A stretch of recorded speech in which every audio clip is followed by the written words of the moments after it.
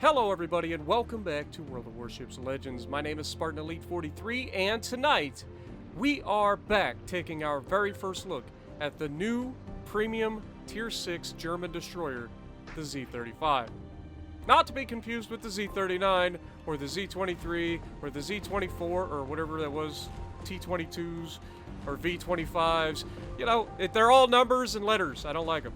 But anyway, let's take a look at the Z-35. Starting out, we are using Eric Bay as our commander. We have Jerzy Swirsky and William Sims as our commander inspirations. We are running Observant Rage, Look at Me Now, Twist and Track, Smoke on the Water, and Unstoppable. Alright. Our ship build is Aiming Systems Mod 1, Propulsion Mod, and Concealment System Mod. Alright. Now, Concealment System Mod you might change for steering gears. It's up to you. I don't think it really needs it, but it's up to you if you want to do that. I prefer sneaky destroyers. You guys know me, and this one can be pretty sneaky. It's also very utilitarian, meaning it can use sonar. So we'll talk about that. So we've got smoke, which is decent duration, and we have sonar with a 5-kilometer ship detection. Okay, that is huge. I know German sonar is fantastic. Alright, so community contributor flag and the permanent camo that comes with the ship. The stats, you have 21,380 hit points with this build. You are 5 128mm guns, unlike the Z-39, which has the 150mm guns that you get on the Z-23. I know, it gets very confusing. But these fire out to 10.5 kilometers. They have a 3.5 second reload time. The 180-degree turn time's a little slow, but not terrible. HE shell damage is 1,500 with a 6% chance to set fire, but it feels better than that. This thing sets fires pretty easily. I pretty much enjoy setting fires with this thing. AP shell damage max is 3,000. You're gonna get to see some of that in this video as well. We have 8 533mm torpedoes. They reload is a little bit slow for the Germans, but they do a little more damage. 13,700 damage. The torpedo detectability is 1.3 kilometers. The torpedo range is 9 kilometers instead of the 8.5 that you get on the Z-20 or the Z-39 and the Z-23. So these have 9-kilometer torpedoes, which is nice. Torpedo speed is 65 knots, so not slow, not fast. So right there in the middle. AA defense, it has some, but I don't think it's something you should rely on. All right, I have had a couple matches with carriers, and I've had to shoot down planes. Basically, it occasionally shoots down a plane, but most often they're going to do what they want to you. All right, so plan on just dodging, bro. Maneuverability, 36.5 knots, so not particularly fast for a destroyer. And it has a turning circle radius of 670 meters, which is not particularly good for a destroyer. Rudder shift time is 4.8 seconds with this build, which is why I say you may want to add a rudder shift to it instead of propulsion mod or concealment mod. It's up to you. Concealment, though, with this build is 4.9 kilometers, which is fantastic. Only going to be outdone by 2 or 3 ships, okay? Usually Japanese destroyers will beat you, and then I think there's 1 or 2 other ones that I can't think of off the top of my head. But 4.9 kilometers by sea, 2.9 kilometers by air. 2 is always guaranteed, and the 2.5 kilometers detectability while firing in smoke. Armor. Alright, you have 16 millimeters of bow plating, so you're gonna be absolutely touched. Like, if anything shoots you, it will hurt. Alright, so your massive ship vital parts area at center of ship is pretty easy to hit. And the ship does sit out of the water quite a bit. It's not super tall, but it does sit out of the water quite a bit, meaning you're a pretty easy target to hit. Okay? Overview. It is tough with above average base hit points, which is true. It does have a lot more hit points. Even the Z-39, it out hit points it by like 3,000 extra hit points. Okay? Extended sonar, which is what we already talked about, that German sonar, 5-kilometer surface detection on ships with the sonar. And inferior HE damage, and this hurts. Alright? And we'll talk about this in the video. Z-35, the ship, or the lead ship in a series of Type 1936B destroyers built during World War II under a project that was modified to incorporate the combat experience and operational capacity of ships from the preceding series. These ships carried a reinforced AA battery and 128mm main guns. She entered service in 1943, and there were 5 of them in the series. So let's take a look at it. It's a good-looking ship. Most of the German ships are. I do like the way their ships look, and it's a pretty nice-looking destroyer. I like the camo as well. The camo is pretty fantastic. It's nice and clean, not overly done. You know what I'm saying? You guys know me by now. And the lighting in port seems... And did you guys notice the port seems a little more stable lately? Or is that just me? Anyway, you guys will have to let me know. But with that being said, let's get to the gameplay. Alrighty, so we are going to be on Hotspot, and we are in the brand new Z-35. Now, we've got the matchmaking of dreams, mostly, in this one. And I think we're going to showcase pretty well what this ship is capable of. And I'm going to do something pretty stupid at the end to showcase it even more. But, with that being said, if you guys like what I'm doing, make sure you punch the like button. Make sure you comment, tell me what you guys think. And, of course, subscribe if you haven't already. Because every day we're bringing you new content. Every day. So, there's always something to watch. And it's not just World of Warships. We're doing all kinds of stuff. Ultimate Admiral Dreadnoughts with the Taskmasters. We're doing the War on the Sea. Occasionally reaching out, doing some other stuff like Ark and Minecraft. You never know what I'm going to come up with next. Not to mention Car Mechanic Simulator. All the things. We do everything here on this channel. So, yeah. Hopefully you guys enjoy. But yeah, so Z-35. What do I think of it just right off the top, before we even get into a fight? Honestly, it's not a bad ship. I'm not going to say it's a bad ship.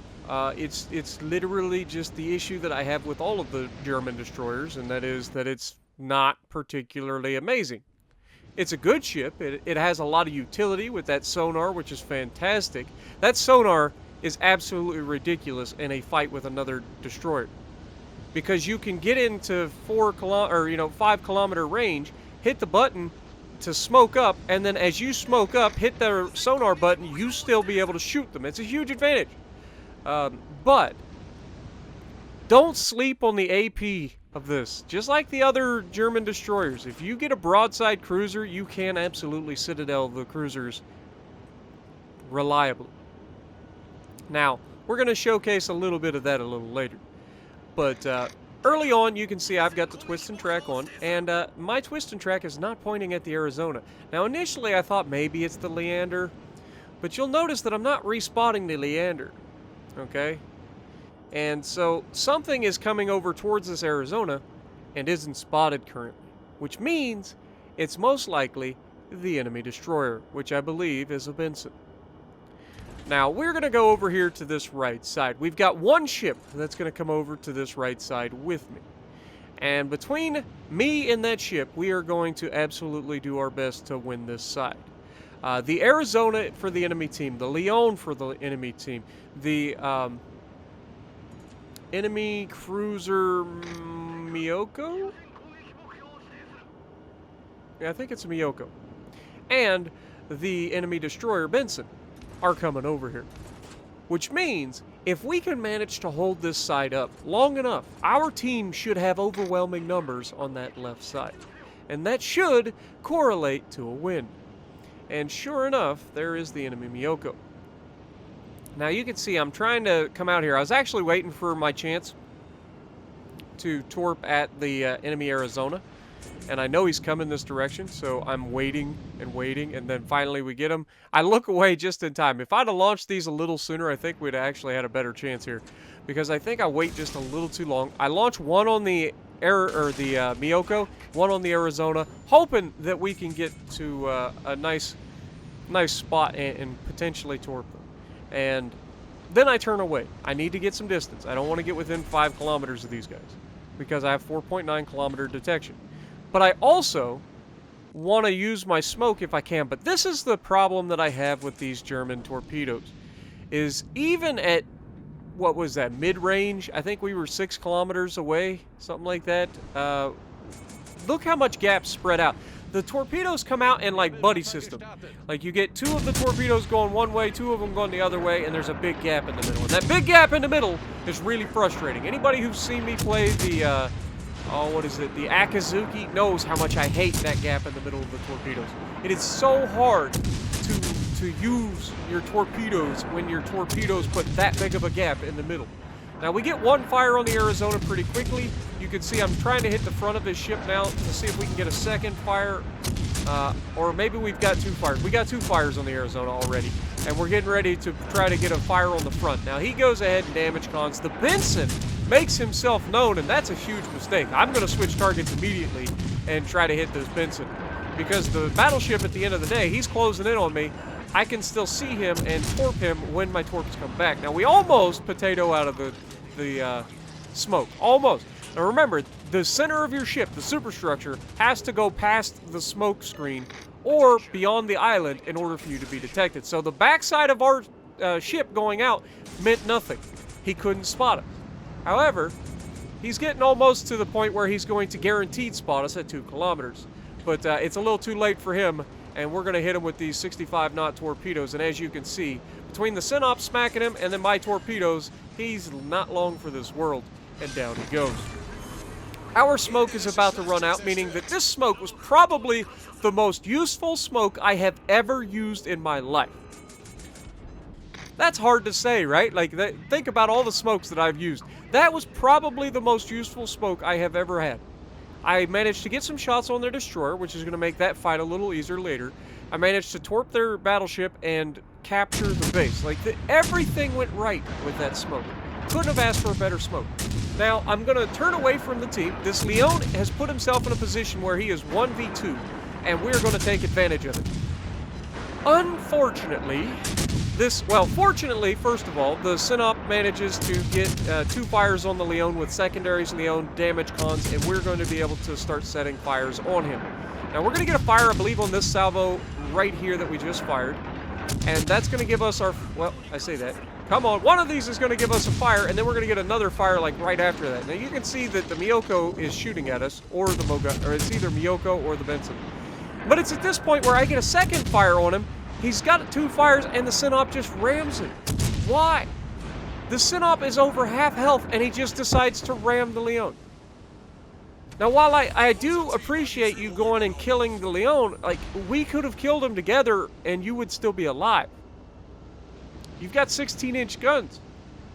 Why are you ramming a battleship that has, what is it, 300mm guns or something? I forget what size. They're little tiny guns, even though it has a lot of them. So that hurt a lot. But I can't give up on this side, guys. We have the cap advantage. Our team has not finished winning that left side yet, so I have no choice. I have to stand and fight. I have to keep the enemy away from this cap. Now, you can see by twist and track where the closest enemy to me is, and I have a feeling that these two are going to be glued to one another's hips. The Benson has shown absolutely zero will to come after me solo. And that's for a good reason. Like, he knows he can't beat me in a gunfight, obviously. He's not going to beat me in a gunfight. Alright, I have more health than him starting. I've already gotten some hits into him to soften him up a bit. And he doesn't really have that big of a fire rate advantage on me because these are not the 150mm guns. Okay, so the fire rates are similar, even though he gets about a 1-second advantage. And, yeah, so I can understand why he doesn't want the fight. And he's got a cruiser next to him. Now, between the two of them, they should absolutely wreck me. Now, you can see here, I'm assuming they're going behind, but at the same time, Twist and Track isn't updating, so I'm thinking, well, maybe they're lagging behind. Maybe they're just trying to hide from me. And at this point, I'm like, honestly, I want to showcase what this ship is capable of. It's already got 55,000 damage. We've gotten 4 fires, 2 floods, 3 torpedoes. We're doing things out here. And we've done a pretty good job of showcasing the utility of this ship, being able to use that smoke screen, use the sonar to keep people lit up, get shots. It's accurate.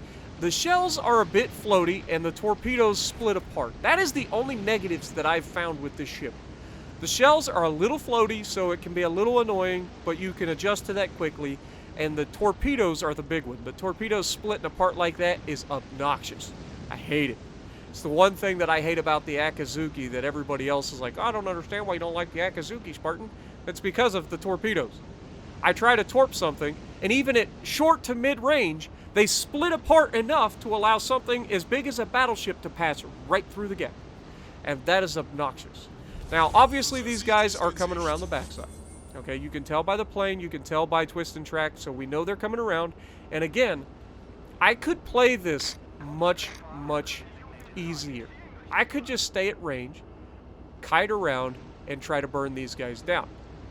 But I decided not to do that.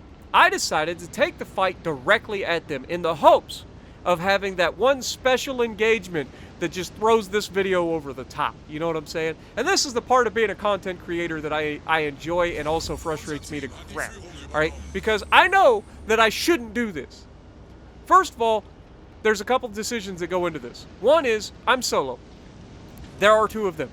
They can both put up a fight on their own, and they are both together. But I've put myself in this position. I think that I'm better than these guys and that I can potentially take them both down.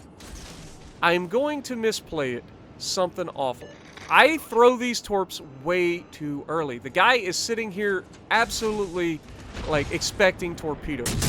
And also, I switch over to armor piercing too soon. I could have kept using the HE and focused the Benson down first, and then held my torpedoes and taken out the Miyoko. That would have been the right play. That's what I should have done in this situation. That is not what I did. I went whole ham on killing Miyoko. I switched over to armor piercing too early to see when I can get this shot. And you'll see when it starts to click. You think I'm joking. I'm not joking. All right, here we go. There's the first Citadel. There's 4 more Citadels. There's 5. Like, we're doing things. And we're dodging torpedoes because these guys are just potatoes. Let's be real. Like, I am blind dodging torpedoes because I am just changing direction. I'm not slowing down. I'm not speeding up. I'm changing direction. These guys all... I almost killed that Miyoko. His armor was good enough to once he got past me, I couldn't Citadel him anymore, unfortunately. But if I had played that better, I think that would have been the cherry on top of this video. But you can still see how effective that armor piercing can be, especially against an armored target like the Miyoko. An unarmored target, like a destroyer, probably not the best play. But like a light cruiser, a heavy cruiser, even a broadside battleship, if you're aiming higher up on the side plating, you can get consistent damage. And so I highly recommend you not sleep on the AP. I tell everybody that. I say that for so many ships, but I always see people just sit with the HE. And that HE is great, don't get me wrong. But if you get an opportunity to use AP, the AP is always going to be better. Just say it. But in the end, it didn't matter.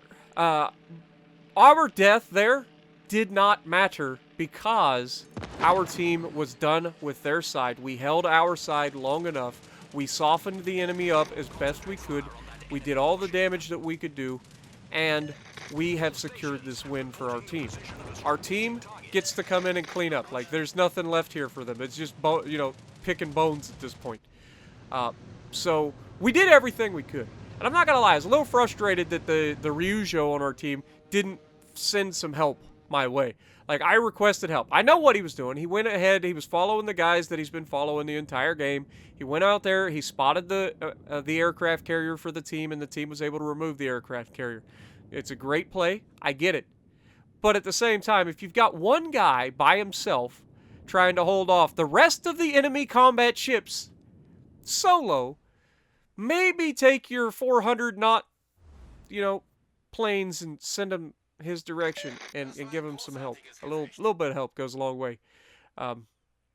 But, again, I didn't have to go in at the end. I could have stayed away, could have kited, could have won and lived. But where's the fun in that? 82,000 damage. Got to showcase the ship pretty well. Queen Elizabeth coming in tops with 2,300 base. We got 2,200 base. So if you like what I'm doing, punch the like button. Leave a comment below. Subscribe to the channel if you haven't already. And as always, I will see you in the next video.